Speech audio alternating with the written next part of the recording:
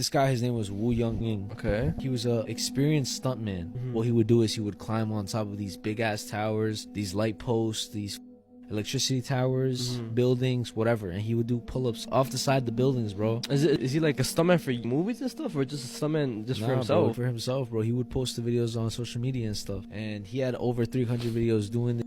So he was experienced, right? And then his last ever stunt was in China, which is his hometown, right? He needed money because he was gonna like propose to his girlfriend, and then his mom ended up getting sick as well, and he got offered $15,000 to do this one stunt. So he went to the building. It was 62 stories high. My hands are already getting sweaty, bro. You could see him in the video. I'm gonna show you the video right now. In the beginning of the video, he starts wiping down the area. He's trying to make sure that everything is good, but yeah, I remember seeing this video, bro. 2 pull-ups, and then the third one, he starts looking down. Yeah. Bro. Yeah. That's so sad. I remember seeing that video. Look at my hands. He was only 26 years old, but me personally, I don't really get like the whole parkour like on the high buildings. I've been seeing videos of people doing that stuff. I'm like, yo, they're why? bugging, right? Why? Tira a peruca dele. Tira mais. Casaco. Não, casaco. Tira a roupa. Tira o casaco. Pra poder mostrar a camisa. Tira o casaco, Pedro. In 2019, Brazilian gang leader Clavino da Silva, otherwise known as Shorty, attempted to escape prison dressed as his 19-year-old daughter. So apparently on the day that he tried to escape, Shorty's 19-year-old daughter had been visiting him, and he had this disguise smuggled in. So he literally just tried to walk out of the prison looking like this. But when the guards suspected something was up with this random woman that was trying to leave the prison, they got out their phones, started recording, and told the person that they needed to strip. And this is what led to that disturbing looking video that I played you a clip from at the beginning of this TikTok. Obviously, it was revealed that this was not a 19-year-old girl. It was a 42-year-old gang leader who was supposed to be serving a 73-year-long sentence. But this wasn't the end of the story for Shorty. You see, just a few days after this escape attempt, Shorty was found dead in his prison cell. Authorities afterwards claimed that Shorty had taken his own life. But in my opinion, I believe this might have been some sort of gang retaliation for the embarrassment that he put them through. I don't know, it is a pretty eerie disguise when you look at it. If you want to hear more true crime stories, listen to the podcast Murder in America that I co-host with my wife Courtney. It's available on all streaming platforms like Apple Podcasts. This one's been going viral recently too. It's about a cop that laughed at a woman being ran over. So back in January, there was a 23-year-old woman. Her name was Janavi Kandula. She was a master's student at Northeastern University. She was an international student. She came to study abroad to support her single mother back in India. And like this one night where she's just literally crossing the street, and then she gets ran over by a cop, bro, going 74 miles per hour in the 25 zone, bro. She only had 3 months left for her to graduate. That's so sad. Her life was just taken in an instant, and all because of some dumb shit, bro. The cop who hit her, his name was Kevin Dave, and this motherfucker had like history of speeding tickets. He had his license suspended back in 2018, and now there was another cop. His name was Daniel Otterer, and he's the vice president of the whole Seattle Police Guild, and he's basically just joking around, poking fun at it. And this motherfucker supposed to be the cop that's investigating the one who ran the girl over, bro. I don't think she was thrown 40 feet either. I think she went up on the hood, hit the windshield, then when he hit the brakes, flew off the car. But she is dead.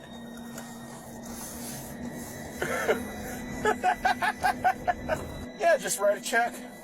Yeah, $11,000. She was 26 anyway. She had limited value. Limited value? The guy literally was like, oh no, it was a misunderstanding. That's fucking disturbing to hear, bro. The fact that a cop thinks that way, bro, is even worse. How the f do people allow people like this to be cops, bro? Cops are... This is one of the most mind-blowing injuries of all time. Granny Keeley, an Irish woman, endured a life-changing car crash in 2006 when she was 22 years old at the time. She was the passenger in a car that skidded on black ice and collided with a wall. Granny's knees were then propelled into her face due to her feet being propped up on the dashboard. The impact occurred as the airbag inflated at a staggering speed of 200 miles per hour, resulting in very severe facial injuries. Almost every single bone in her face was broken, and she suffered a brain leak, known as CSF leakage. Additionally, she lost 2 teeth in the traumatic accident. Following the crash, Granine underwent extensive medical procedures. Unfortunately, due to an infection, doctors had to remove her forehead, leaving her without one for 2 years. However, in 2009, surgeons managed to reconstruct her face by fitting her with a ceramic forehead. Grenine humorously joked that her new forehead was made in Italy and playfully referred to it as a designer piece. This is Grenine today, and she is now 38 years old, and it looks like she didn't even go through this awful experience. But sadly, she still suffers from long-lasting effects from the injury. She said, "I constantly lose my words while in the middle of a conversation. This can happen to me about 20 times a day." She also said, "I get headaches when too many people are talking around and I sometimes find it difficult to stay focused." So if you learn anything from this video, never ever put your feet on the dashboard of a car that you're in. Because you never know, this can happen to you. I'm just gonna start from yesterday and we'll just continue on from there. And I'm just gonna try to, give a timeline basically. So the guy you just saw in that video is Tyler Andre Nichols III, otherwise known as T. Nichols. Now, Tyler was a rising star in the social media creation world. His YouTube channel was exploding, his Twitch was exploding, but people didn't know exactly what kind of a man he was yet. Well, in March of this year, T. Nichols was accused of smexting a minor, aka sending graphic materials and chats to one. The moderator was allegedly a 14-year-old girl on T. Nichols' Discord server. Here are some screenshots of the messages. And yeah, some of this stuff is extremely disturbing. Here's some more messages that he shared out, talking about flying out to meet minors. And all of these allegations got so much traction that T. Nichols actually had to respond to them. And what did he do? He took full responsibility for inappropriate actions with a minor. Now, in my opinion, when you act inappropriately with a minor, you should be removed from all social media platforms. That includes TikTok, YouTube, X. But no, T. Nichols is still up and he's still active on a lot of these platforms. And I don't know what it is when people get to a certain level of clout where they feel like, oh, now I can finally start messaging minors. It's just a really disturbing trend. And I will continue to expose these creeps until the day that I die. If you want to join me on this journey exposing corruption and pedophiles, go listen to my new podcast, The Conspiracy Files, available on all streaming platforms like Spotify and Apple Podcasts. However, coined the phrase, "You can't make this stuff up," might have known the story of real-life boogeyman, Albert Fish. A slight, elderly man with grey hair, no one suspected the kindly single father of being sadistic child murderer and cannibal. Basically, this was a real-life killer clown, bro. So Marlene Warren was the victim, right? Okay. So she had 2 kids. She was married before. Her husband ended up dying. Then she ended up marrying this guy named Michael Warren. Some time flies by and stuff. They kind of started getting a little distant from each other. A lot of arguments and And the thing that kind of like really separated them was the death of one of her kids. And it was a little weird because she would tell her mom, if something happens to me, I'm pretty sure it would be him. And then one day she's at home with her son, right? Out of nowhere, they hear a knock at the door and they see a white car outside. It's a white Chrysler. She answers the door. There's a clown standing outside. Gosh, okay. With balloons in the hands and flowers, right? The clown, all they do is hand her the balloons. And they stand there? Hand her the flowers. Out of nowhere, they pull out a gun, a small revolver, and shoot her in the face, bro. They walk to the car and they run. And then the son, he described the clown as a orange hair, red and white paint on their face, and like a full clown suit. Keep in mind the dad wasn't home. So this already sounds kind of sus. They're investigating where the fuck he was, because yo, they had no evidence that the dad did it, bro. He literally had people and witnesses saying that he was at this spot doing this and that. But then they find a store literally a little bit away from the house. They say that a girl with gloves came in to buy flowers and the balloons. They also went to a costume shop where recently an orange wig and a clown costume was purchased, as well as red paint and white face paint, bro. 12 years later after that, they find out that he was having an affair. Somebody else? Her name was Sheila Keene. They get married, bro. Who, the Sheila Keene and the husband? So now the cops are like, what the fuck is happening, bro? I thought y'all said y'all didn't know. Donald Trump was shot this afternoon at a political rally in Pennsylvania. As you can see right here, this was moments after the shots were fired. Now, we don't have all of the information right now, but obviously he is still alive. And the footage is absolutely disturbing. In the clip, you can hear multiple gunshots ring out. The audience starts screaming. Trump drops to the ground. He is covered quickly by the Secret Service agents. In the broadcast footage, he grasps his ears, so he may have been grazed by a bullet up there. Like I said, we don't have all the information. This is a developing story, but this isn't the first time that someone has tried to assassinate a president or former president.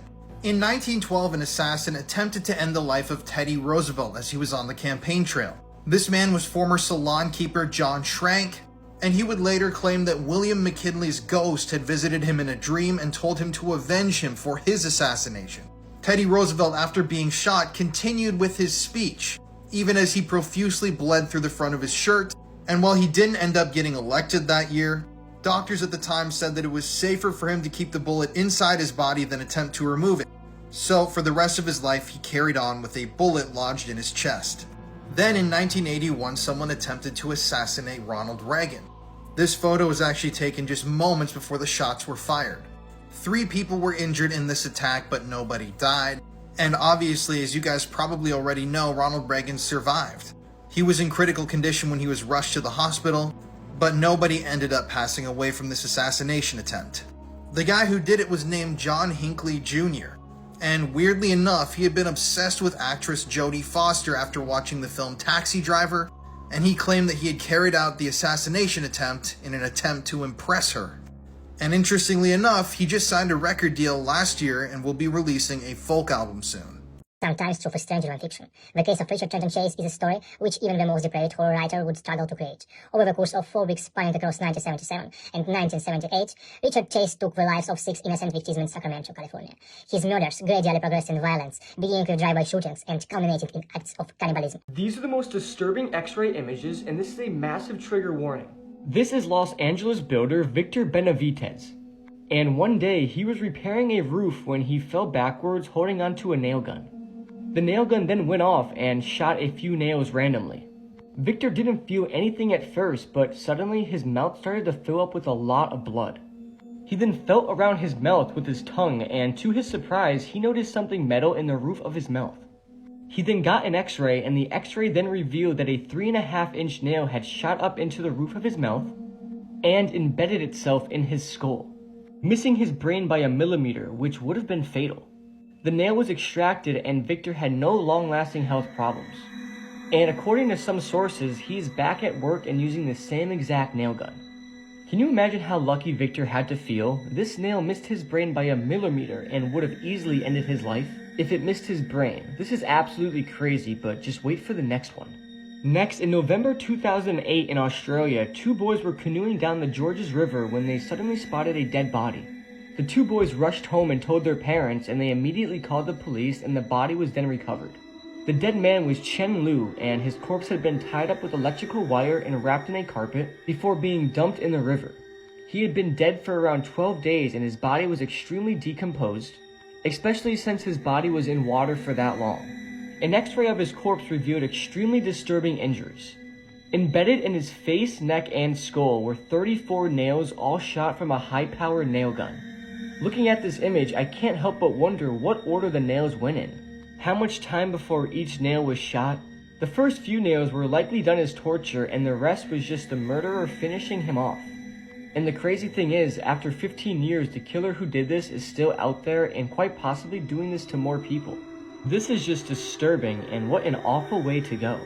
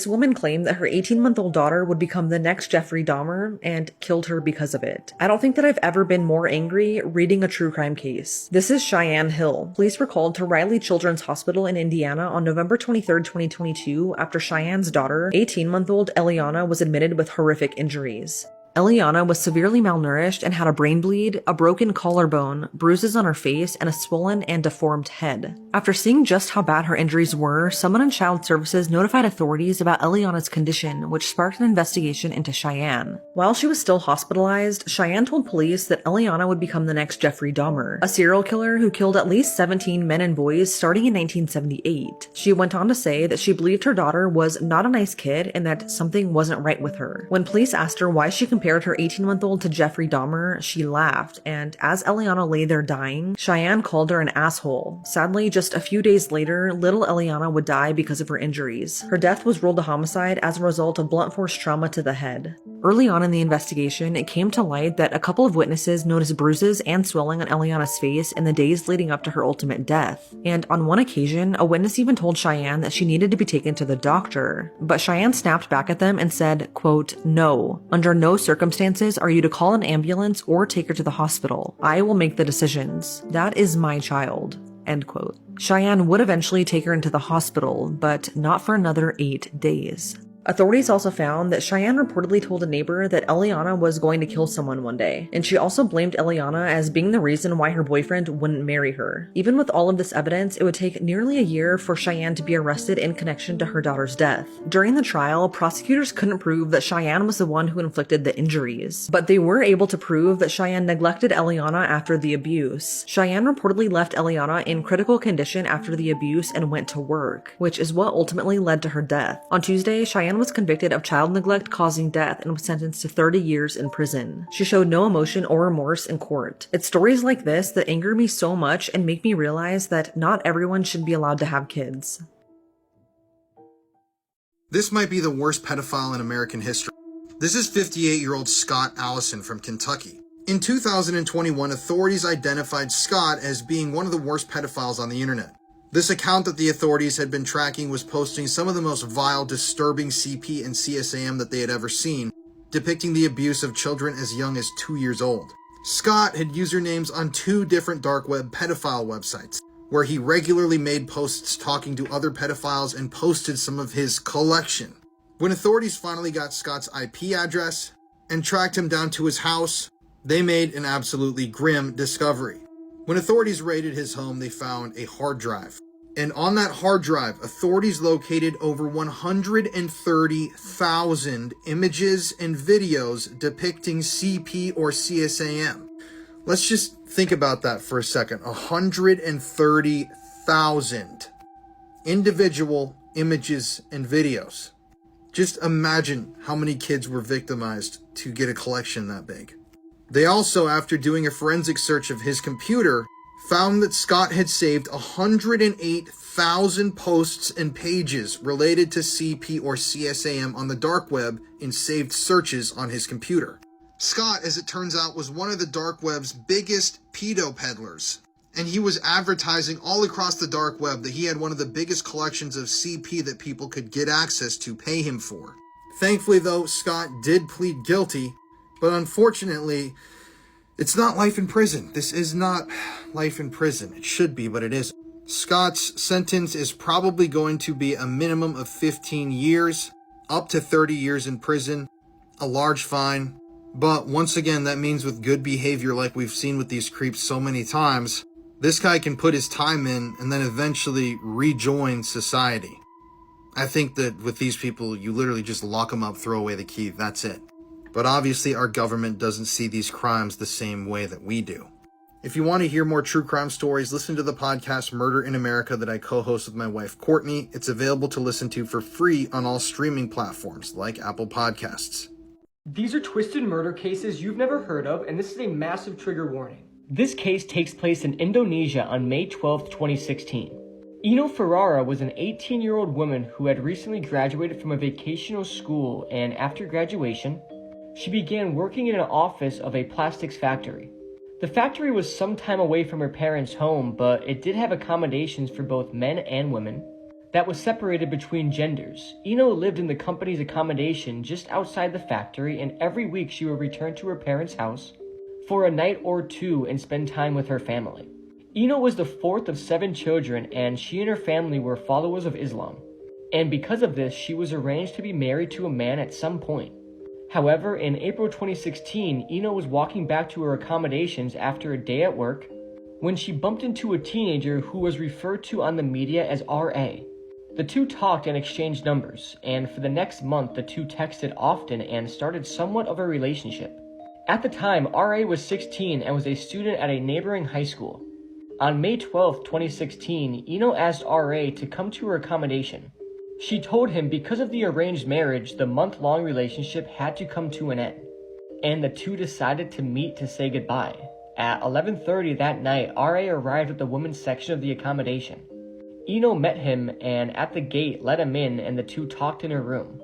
Inside, the two spoke for about 30 minutes and began to kiss, but before long, R.A. began to remove his clothes, but Ino told R.A. she had no interest in anything further. She was worried about the risk of getting pregnant and ignored his advances. Feeling angry and rejected, R.A. got dressed and left Ino's apartment. He then stood in the section between the female and male dormitories, and it's here where R.A. stumbled across 2 men, 24-year-old Ramad Hatano and 24-year-old Haman Hoparati. These 2 men worked at the plastics factory and stayed in the men's dormitory. The 2 men asked R.A. what he was doing, and he said he had been in a relationship with a woman who worked in the plastics factory, but the relationship had just come to an end. They all talked for a while, and the 2 men then wanted to see which factory worker was his girlfriend, and they then told him to take them to her room. There was a gate separating the girls' dormitories so nobody could get in, but R.A. didn't close it properly, so the 3 were able to get inside. The 3 then crept up to Ino's dormitory and twisted her door handle, and it was unlocked. The 3 then entered her room and stood over her as she slept. Ramad and Haman both recognized her from working with her. Haman had worked in the same section as Ino and had taken a liking to her. He even got her number from another worker and sent Ino messages, but Ino never replied to a message he sent. Ramad also knew who Ino was. He claimed that she called him ugly and that his skin was too dark. Iman then got one of the pillows off Ino's bed and placed it over her mouth and began to smother her. Ino then woke up and a struggle ensued. Iman then pulled a fork out of his pocket and began to stab Ino in the face multiple times, while Ramad pinned her down. The 2 men then ordered R.A. to grab a knife from the kitchen, however, he couldn't find one, so he went to the garden area and found a garden hoe. He came back to the room to see Iman still holding the pillow, which was now soaked with blood, over Ino's face. Iman then told R.A. to strike Ino in the face with the metal head of the hoe. R.A. then raised the hoe and struck Ino in the face once. This stunned her and she stopped resisting. Iman and Ramad then forced themselves upon Ino while R.A. stood guard by the door. After the 2 men were done, they told R.A. that it was his turn. He tried, but he wasn't able to. He would later say the blood coming from Ino's face turned him off, so instead he began to bite Ino's legs and breasts. Now, what I'm about to explain is absolutely sickening, and this is a massive, massive trigger warning. Ramad picked up the gardening hoe and inserted it into Ino's genitals. He then began to kick the metal head of the hoe, resulting in the handle impaling and rupturing Ino's internal organs, ending her life. 90% of the hoe handle had been kicked inside Ino. After killing her, the 3 took turns washing blood off their bodies. And before leaving the crime scene, they took Ino's things and phone and piled her clothes on top of her where her body was. They did this to mask the smell of decomposition that would happen in the next couple days. When Ino never turned up to work, her friends began to worry. They called her and texted her, but didn't get a reply. They then went to her place and knocked, but when Ino didn't answer, they broke into the place. And once inside, they were met with a disturbing scene. Police were called, and Ino's body was taken away and an autopsy was conducted. The cause of death was from massive internal bleeding caused by the garden hoe. 23 inches of the handle had been kicked inside Ino, damaging her heart, lungs, and many other organs. You can see the x-ray photo of this on the internet, but I can't show it on here and it's awfully disturbing. In a matter of days, all 3 boys were arrested and charged with the murder of Ino. All 3 boys had a reason to why they killed Ino also. R.A. claimed he did this because Eno rejected him and he didn't like the arranged marriage. Ramad said that Eno had been rude to him, and Iman said that she ignored his text messages. The police then forced the men to reenact the murder, which was televised, and the video of the reenactment could be found on YouTube, and it is super disturbing to watch. Both Iman and Ramad were found guilty and sentenced to death by firing squad. R.A. was also found guilty, but due to his age, he was only sentenced to 10 years in prison. I also have to warn you that if you research this case further, images of the crime scene are very easy to find and they are extremely disturbing. What these three boys did to Eno is just horrific, and I can't even imagine the fear and pain she must have been experiencing. May Eno rest in peace. You did not deserve this at all. The Catholic Church said that it is overwhelmed with the amount of exorcism requests it's been receiving lately, and there's some pretty sad stories about it. The article says that exorcists in Rome have been seeing up to 30 to 50 cases per day, and that includes the story of this young woman who was in a church where she started having a meltdown. She was jumping over pews and she even assaulted a monk. Her father claimed that she was having a mental health crisis, but her mother said that she was possessed. The priest ended up siding with the mother and performed a 9-hour exorcism on the girl, which he claimed was successful. The church claims it's able to distinguish between mental health and demonic possession, saying that demonic possession usually includes symptoms such as unusual strength or being able to speak ancient languages without previously knowing them. But what do you think? Is this a mishandling of a mental health epidemic, or is it something supernatural? Watch these to find out they might get life in prison. What they call felony murder, while in the perpetration or attempted perpetration of child abuse in the first degree, they're alleging that you murdered one Mary Welch. That is a charge called homicide felony murder. It is life without parole. It requires a DNA sample to be taken upon arrest, which is often like a cotton swab or in the inside of your cheek. The second offense that you're both charged with is called child abuse in the first degree, where they're alleging you knowingly or intentionally caused serious physical harm to a child. They're talking about this Mary Welch. It is a felony, possible penalty of up to life imprisonment or any term of years less than life. Now those are the two separate felony charges. This is the scariest story about the lunch lady. There was a lunch lady named Judy, and everybody in the school loved her. But they loved her food even more. Every single day they would all run to the lunchroom just to eat her delicious food. But one day, a young boy in 7th grade noticed something extremely strange. In the back of the kitchen, he saw a mysterious door he never seen before. And he's been buying lunch every single day for a year straight. He then went to the principal's office and told him what he saw. The principal then made his way down to the lunchroom and asked Judy about the door. She played dumb for a couple minutes, but eventually ended up showing him. And what he saw inside made him freeze in complete horror. Inside were multiple children's dead bodies, completely cut up and strung up on the wall like animals. Judy then looked at the principal with a smile on her face and said, "How do you think my food tastes so good?" This is the reason why. Judy was then arrested and fired. Judy is now serving 105 years in prison. But the crazy part is, how did this school allow a lunch lady to kill all these students and then sell their meat as lunch food? 2 other 10-year-olds I don't even know kidnapped, tortured, and murdered me. My name is James Patrick Bulger. I was 2 years old and died on February 12, 1983. My mother Denise Fergus and I were out shopping that day. While we were in the aisles of a store, my mother let go of my hand for a very brief moment. Due to a slight lack of attention on her part, she noticed that I had disappeared. Then our 2 10-year-olds, Robert Thompson and John Venables, came up to me and took me by the hand. Because of my young age, I didn't understand what was happening. Several people must have seen the scene, but no one reacted when I was kidnapped. They took me to a railroad track where there was no one around. They started beating me and allowed all the atrocities they did to me. They threw bricks and rocks at me. They also hit me on the head with an iron bar. And worst of all, they put batteries in my mouth. Then they asked me to undress so they could hit my private parts and inserted objects into my anus. After they'd finished playing with me, they placed me on the railroad tracks so that a train would run over me and make it all look like an accident. The 2 boys who assaulted me were convicted of murder in 1993 and sentenced to indefinite detention.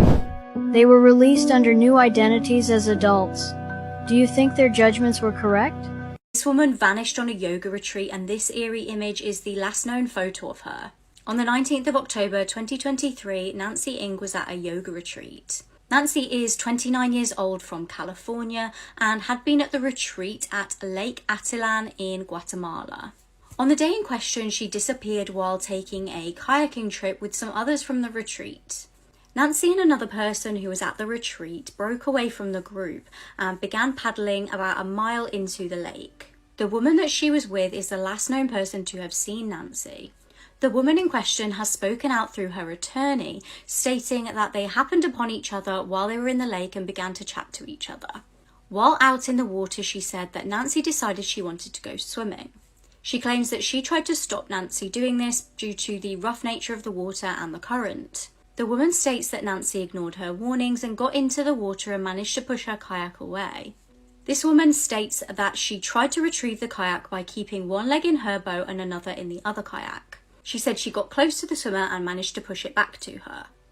She said she then actually lost the kayak again, and after turning around to try and get it, Nancy was apparently gone. She claims that she went to go and get help and a distress call was put out. Search and rescue teams have unfortunately had no luck in finding the missing woman. What this man did to the mother of his unborn baby is truly horrific. Vanessa Pierre was 29 years old and expecting a baby girl. She was 6 months pregnant and had even picked out a name for her baby daughter. Her life was looking exciting until a horrific event on the 23rd of October 2020. It was 2:50 a.m. and Vanessa was in the car with her boyfriend Goey Charles. Now he is currently 33 years old, and as the pair were travelling in the white Dodge Challenger, he suddenly pulled over. They were on the side of the Horace Harding Expressway in Queens, New York. Now, it's unknown what went on in the car for the next 40 minutes, but he got out of the driver's seat after that and into the back seat with Vanessa. Horrifically, he callously strangled the mother of his unborn baby to death. He stayed in the back seat with Vanessa's body for around an hour, and just after 4:30 a.m, he got out the car and dumped her lifeless body by the roadside. She was left there with a pair of grey tracksuit bottoms around her neck. It was around 6 a.m. that morning that a bus driver noticed Vanessa's body on the side of the road. Emergency services raced to the scene, but she was pronounced dead. Her murder was captured on CCTV footage, helping bring her killer to justice. Shockingly, in the US, almost 20 people are abused by a partner per minute. Goey was charged with second-degree murder and is due to be sentenced at the end of this month. He could get 25 years in prison. Mysteriously died in my...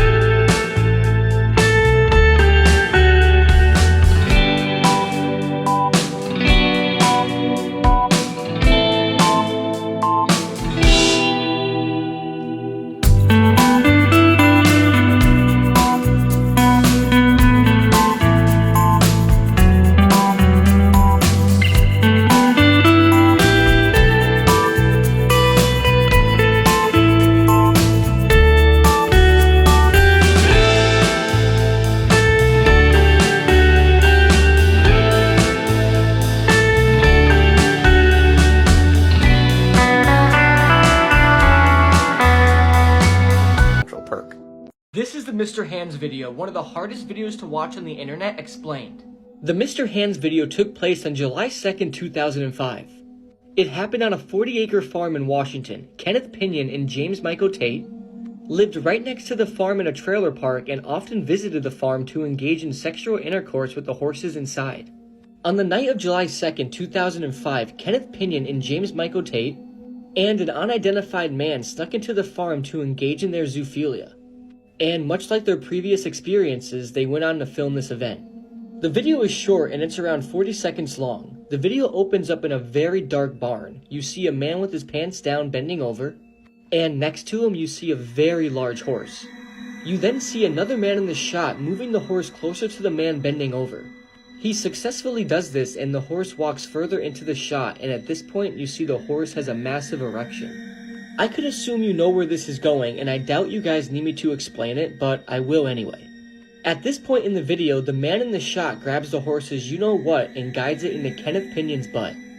And once the horse's you-know-what lined up with Kenneth's butt, it proceeds to pump away. It only took 2 or 3 pumps and the horse was done. This video will make you physically ill. The noises are just extremely uneasy to listen to. Of course you hear Kenneth Pinion grunt in pain after each thrust, but you also hear the noises of the horse doing its thing. It's just honestly extremely messed up, and once the horse finishes, that's where the video ends. But it's not where the story ends. Unlike the previous times these men did this, they soon realized something was wrong with Kenneth Pinion. At first, Kenneth did not want to go to the hospital due to the embarrassing nature of his injury. However, things took a turn and Kenneth was dropped off anonymously at the hospital. The man who brought him told the hospital staff he needed assistance and he then disappeared. Kenneth Pinion was then found dead in the emergency room at 45 years old. And his cause of death was said to be due to a perforated colon. Nobody knows how this video got leaked, but people suspect it was either Michael James Tate who recorded the video or law enforcement. I really don't recommend watching this video because, as I said earlier, it will literally just make you feel physically ill. Many people watch this video and record their reactions to see if they could finish it. But trust me, you don't want to see this. Hopefully the explanation was enough to drive your curiosity away. "Mommy, please take me home." The last words Judah Morgan ever said to his foster mother. The next time she saw him, he was in a coffin. Jenna Hullett loved Judah like he was one of her own children, and she applied for custody of him at just 4 months old. Judah had been placed in foster care shortly after birth as he'd been born with the marijuana drug THC in his system. Jenna was the cousin of Judah's father, and she had a stable, loving home to provide for him, so she was granted custody, and he absolutely thrived in her care. The whole family absolutely loved Judah to bits, and he couldn't have been happier. However, when Judah was just 3 years old, he was ordered by Child Services to be placed back in the care of his biological parents, Mary and Alan. Judah had absolutely no idea that when he visited his parents that day, that he wouldn't be returning home with Jenna, and he begged her to take him with her. There was absolutely nothing that Jenna could do, and just 6 months later, little Judah was murdered by his parents after being starved and abused. Mary and Alan had forbidden Jenna from ever seeing Judah again, and they often kept him locked up in their cold, dark basement. On October 21st, 2021, 911 received a call from Mary, saying that Alan had got angry and hurt Judah. When emergency services arrived, they found Judah on the floor of one of the bedrooms wrapped in a blanket. He was battered and bruised, and it was clear to see that he'd been starved and abused for months. His cause of death was blunt force trauma to the head. Police actually managed to recover surveillance footage from inside the home, showing Alan abusing Judah on multiple occasions. He was seen on one occasion punching Judah 14 times, before lifting him up by the neck and dropping him on the floor. The next day he was again seen punching an already battered and bruised Judah 17 times. The couple were also seen leading Judah down into the basement before locking the door and leaving the house, and then arriving hours later and letting Judah back out of the basement. Alan and Mary were both arrested, and Alan pleaded guilty to the murder of Judah. He was sentenced in November 2022 to 70 years in prison. Mary is yet to be sentenced. Judah's loving foster family were present at the sentencing, and although nothing can ever bring Judah back, they are satisfied that his killer will likely die behind bars. Jenna is now advocating for Judah's law, which would give long-time caregivers the power to intervene if they feel that the child is in danger. Police ignored this girl's cries for help about a stalker, even ignoring a huge bag of terrifying weapons. What happened next is horrifying. Gracie Spinks from Chesterfield was just 23 years old when she was brutally murdered. A well-liked and hard-working girl, her future was looking really bright until it would be taken away from her in the most hideous way. In the months leading up to her death, she'd become quite concerned. So concerned that she reached out to police for help. Michael Sellers was 35 and her ex-colleague. Now, Gracie was very artistic, charismatic, and as I said, well-liked, and Michael became quite obsessed with her. 6 months prior, Gracie had declined Michael's romantic advances. It was then that he started to show even more worrying behaviour. In February 2021, Gracie rang police to tell them that she noticed Michael hanging around her stables. She would frequently go there alone to tend to her horse Paddy, and she obviously phoned police because she was very concerned. She warned police on the phone call that he could potentially kidnap someone. Now, police simply offered Michael words of advice and closed the inquiries. Worryingly, Michael had actually been dismissed from his workplace due to his concerning behaviour, and he had harassed a total of 8 women prior to Gracie. 4 of these women had raised concerns with their employer. Then a very disturbing find. Some dog walkers found a bag filled with weapons, and I can't obviously post it on TikTok, but if you just Google it, it really is horrifying. The people who found the bag were obviously concerned by it and they reported it to police. Despite the bag containing several knives, a hammer and an axe, the police treated it just simply as a case of found property. As I said, if you look at the picture, I have no idea why the police would not investigate that further. On the 18th of June 2021, something hideous was about to unfold. Gracie's mum last saw her at 7:30 a.m. when she left her home to go to the stables. As Gracie tended to her horse Paddy at Blue Lodge Farm in Duckmanton, Michael launched a brutal attack. He stabbed Gracie to death and fled the scene. She was found unconscious in the horse's field just after 8 a.m. and a witness saw a man running away. Initially, the emergency responders that arrived on the scene thought that Gracie had been kicked by her horse, but the true horrors would soon emerge. She was declared dead at 8:50 a.m. At 11 a.m, Michael was found dead in a nearby field. Now, Derbyshire police have recently apologised to Gracie's family after a jury at her inquest concluded she was unlawfully killed.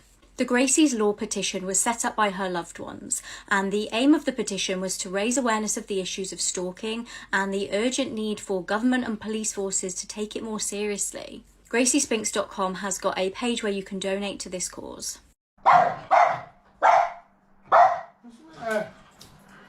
What? Look in there, mate. Look in there. What? Look in there. This is Catherine Knight, also known as Australia's cannibal killer, and this is basically what she turned her husband into. Catherine was born in 1955 in New South Wales, Australia. She had a rough upbringing and was often sexually abused by members of her own family. One family member that never hurt her was her uncle, Oscar Knight. So when he committed suicide in 1969, things took a turn for Catherine and she went on a downward spiral. Catherine left school unable to read or write, but she soon landed her dream job, cutting up offal in an abattoir. She was soon promoted to deboning the carcasses and given her own set of knives, which she kept above her bed, saying that they'd come in handy if she ever needed them. In 1974, Catherine married a man called David Kelly, who she'd met at work. Catherine's mother actually warned David and said that Catherine had a screw loose and she'd probably end up killing him. She did attack David at one point with a frying pan while she was heavily pregnant, and he ended up with a fractured skull. She actually managed to convince David to drop the charges, and she went on to have 2 daughters with him. Shortly after having her first baby, she actually placed the newborn on a railway line, went into town, stole an axe from a shop, and then ran around town threatening to kill people. Thankfully, somebody saw the baby on the tracks and saved her just before a train was due. Soon after this incident, David left her and she was treated in a psychiatric hospital and then released. She then met David Saunders in 1988 and had her 3rd daughter. This relationship was again very, very violent, and she ended up hitting David with an iron in the face and stabbing him with a pair of scissors in the stomach. That relationship ended, and she actually ended up pregnant by another man and gave birth to a son named Eric in 1991. That relationship also ended as she was having an affair with John Price. John was a divorced father of 2, and he soon moved Catherine in along with her own children. In 1998, Catherine expressed her desire to marry John, but he refused, and this made Catherine really, really angry. She took some photos of items that John had stolen from work, and she got him fired from the job that he'd had for 17 years. John ended the relationship and took out a restraining order, But on February 29th, 2000, while the children were at sleepover, Catherine went over to his house and let herself in through the front door. The next morning, blood was found on John's front door and the police were called. What they found inside was an absolute horror scene. John's headless body was sat at the kitchen table and his head was found in a boiling pot that was still warm. He'd been skinned and his skin was hanging from a meat hook. Parts of his body had also been removed and cooked and prepared with vegetables with the intentions of Catherine feeding him to his own children. Catherine stood trial in 2001 and she actually became hysterical upon hearing the details of John's death. She said she had no recollection of killing him, but she pleaded guilty. And she became the first woman in Australia to receive life without parole. Thomas Husky, nicknamed the Zoo Man, is one of Tennessee's most infamous serial killers. But the thing is, he's never been convicted of murder. So let's go back to the beginning of this story. This is Thomas Husky. In the 1990s, he was working at the Knoxville Zoo. He loved animals, and his father also worked at the zoo. But what people didn't know is that after hours, Thomas Husky was hiring prostitutes and having sex with them right outside of the zoo gates. And some victims later came forward and said that Thomas Husky was actually bringing women into the zoo and having sex with them in a barn on property. Now, at first, Thomas wasn't a killer, but he was abusive. He was hiring these women, abusing them, choking them, and hurting them in horrific ways.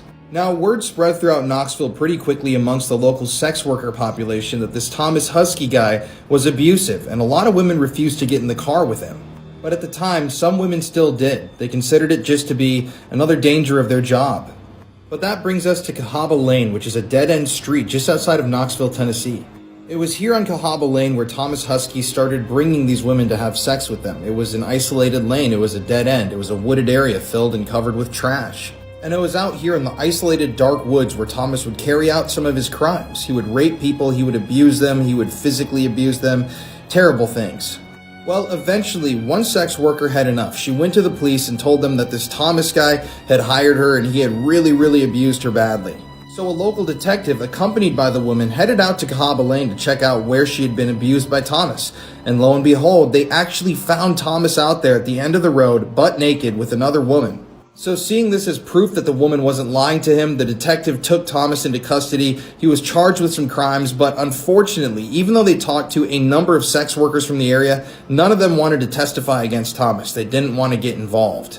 And this sadly only emboldened him. He still wanted to hire prostitutes, but now he was going to have to make sure that they couldn't talk to the police afterwards. It was October 1992, a very chilly day, when a local hunter who was walking out near Cahaba Lane stumbled across a dead body. The body belonged to a middle-aged female. He didn't know what to do, so he called the police, and from that point on, the police started their search in the woods surrounding Cahaba Lane. This is an actual picture that I took of Cahaba Lane when I visited, but when the police actually searched this area, they not only found one body, but they found a total of four women that had been murdered. One woman's body had been out there for so long that all that was left was skeletal remains, just bones. So thinking quickly, the detective who'd already arrested Thomas at that very lane for abusing a prostitute went back, got a search warrant, and headed over to Thomas's trailer. I'm going to continue this in part 2. You are not going to believe how this story ends. It is so crazy. And if you want to see the full documentary that I produced about these crimes, I visited all the locations from this story and spent time out there at night. The full video is premiering on my YouTube this evening. The link is in my TikTok bio. These are videos humans were never meant to see. Okay, so have you ever heard the story about Sky King? Well, if you haven't, this man's name is Richard Russell, and he was a 29-year-old ground employee at a Seattle airport when he stole a commercial flight and went for an hour-long joyride before crashing the plane into an island. He was a lost and confused man, but he was a very good person. And the video I'm about to show you is the audio within the plane of Richard Russell talking to air traffic control. Keep in mind, he ended his life shortly after this. Just flying the plane around, you seem comfortable with that? Oh, hell yeah, it's a blast, man. I played video games before, so I know what I'm doing a little bit. Okay, and you can see all the terrain around you. You've got no issue with visibility or anything? Nah, everything's peachy clean. Just did a little circle around Rainier. It's beautiful. I think I got some gas to go check out the Olympics. And, yeah. Okay, and Rich, do you know, are you able to tell what altitude you're at? No, I'm not taking you to any jets. I'm actually keeping you away from aircraft that are trying to land at SeaTac. Oh, okay, yeah, I don't want to screw with that. I'm glad you're not, screwing up everyone else's day on account of me. I'm down to 2,100. I started like 30-something. Rich, you said you're at 2,100 pounds of fuel left? Yeah, I don't know what the burnout is like on takeoff, but yeah, it's burned quite a bit faster than I expected. There is the runway just off your right side in about a mile. Do you see that? That's McCord Field. Oh man, those guys would rough me up if I tried landing there. I think I might mess something up there too. I wouldn't want to do that. Hopefully, they probably got anti-aircraft. No, they don't have any of that stuff. We're just trying to find a place for you to land safely. Yeah, not quite ready to bring it down just yet, but holy smokes, I gotta stop looking at the fuel because it's going down quick.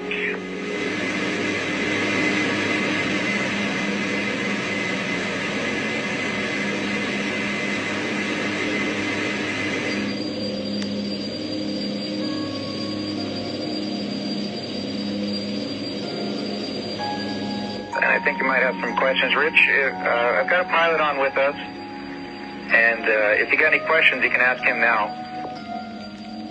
400 apparently is the grounds crewman with Horizon, I guess. And right now he's just flying around, and he just needs some help controlling his aircraft. Very good. Nah, I mean, I don't need that much help. I played some video games before. I would like to figure out how to get this cabin altitude. Like, I know where the box is. I would like to get some, make it pressurized or something so I'm not so lightheaded. Rich, what's your altitude? Yeah, I don't know anything. I don't know anything about the autopilot. I'm just kind of hand flying right now.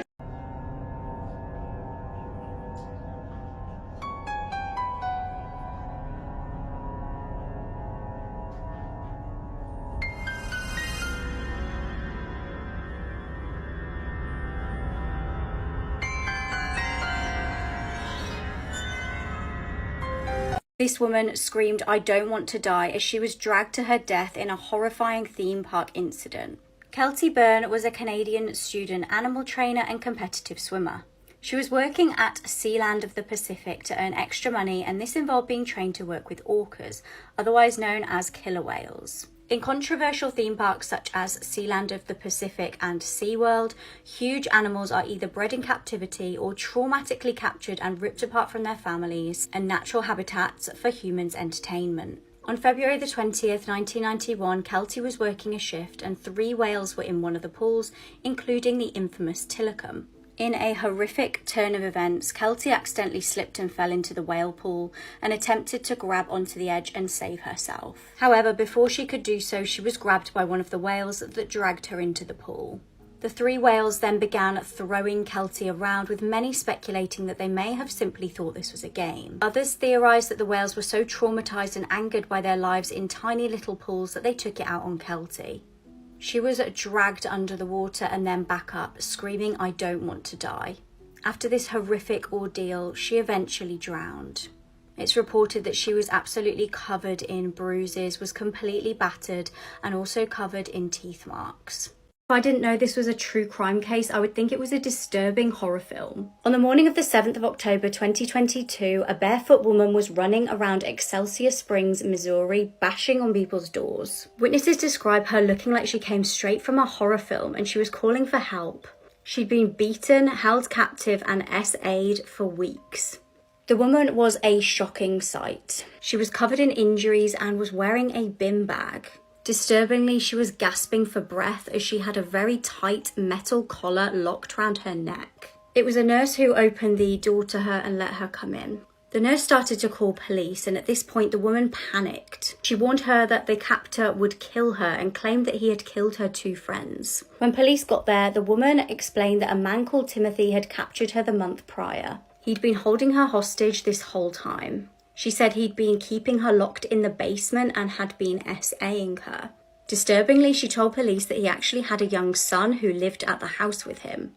When Timothy had taken his young son to school the one day, she used it as her opportunity to escape. Police made their way to the home of 39-year-old Timothy Hazlitt Jr. and found the property did in fact have a basement like the woman described. Timothy was arrested and is facing 9 charges including first-degree kidnapping. He's being held on a $3 million bond and faces 5 life sentences. Before his arrest, police were actually called to his address 3 times. Twice they were asked to do welfare checks, and this was from an employer and also family members. Police have searched his home with cadaver dogs and they haven't yet released what they know.